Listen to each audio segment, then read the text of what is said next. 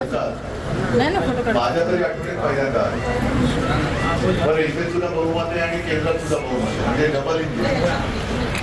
पण वस्तुस्थिती अशी आहे की इंजिन जरी दोन असले तरी नुसतं धूर सोडत आहे, प्रत्यक्षात काहीच नाही. परिस्थिती फार वाईट आहे आणि हळूहळू लोक म्हणजे शेतकरी असतील आणि सर्वसामान्य सुद्धा त्या एका भ्रमातून बाहेर पडायला लागले. आणि म्हणूनच मी आता सुद्धा थोडं जरा दिलगिरी व्यक्त करतो तुम्हाला. जर मी थोडं करत आहे आतवारी होती आतवारी सुद्धा बोललो आणि मराठवाड्याच्या समाजावर सुद्धा बोललो की भारतीय जनता पक्षाने म्हणजे रोज घोटाळे बाहेर येत आहेत. त्याचा जमीन घोटाळा, त्याचा जमीन घोटाळा, ह्यानी इतके पैसे झाले, त्यांनी तितके पैसे झाले. पण सगळ्यात मोठा घोटाळा जर कोणता केला असेल भारतीय जनता पक्षाने तर तो आपल्या देशात संभ्रम घोटाळा केला. संभ्रम घोटाळा म्हणजे काय? मीच तुमचा दैवर आहे, मीच तुम्हाला सगळं काही नाही, मीच तुम्हाला आपण करेन. म्हणजे आपण म्हणजे जनता सगळी ढोळी भावली, काहीच नाही हाताशी. त्यांच्यावरती विश्वास ठेवतो, आपलं आयुष्य त्यांना देतं.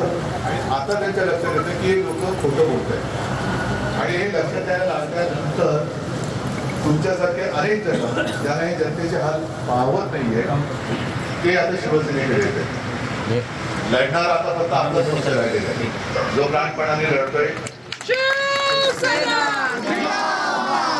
आज मुस्लिम बांधव सुद्धा मोठ्या प्रमाणावरती शिवसेनेत आले. आता त्यांना मी विचारतो काय रे बाबा तुम्ही आता कुठे तुम्हाला माहिती नाही का?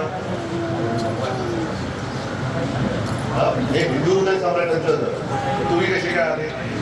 त्याचं कारण त्यांना माहिती आहे की आम्हाला जे हिंदुत्व शिकवलंय ते वेगळं आहे आणि ते जे काय करतात ते त्या भाकड करतात, त्या भाकड करतात. म्हणजे आज मी मोहन भागवतांचं स्टेटमेंट वाचलं तरी वाचायचं आहे की हिंदू धर्माचं रजिस्ट्रेशन नाही तर संघाचं कुटुंब असं म्हणजे स्वतःच्या सोयीनुसार या सगळ्या गोष्टी करत चाललेल्या आहेत आणि त्याचा दुष्परिणाम आपल्या देशाच्या सत्यानाशात होईल. म्हणून तो होऊ नये यासाठी आपण एकत्र आलेलो आहोत.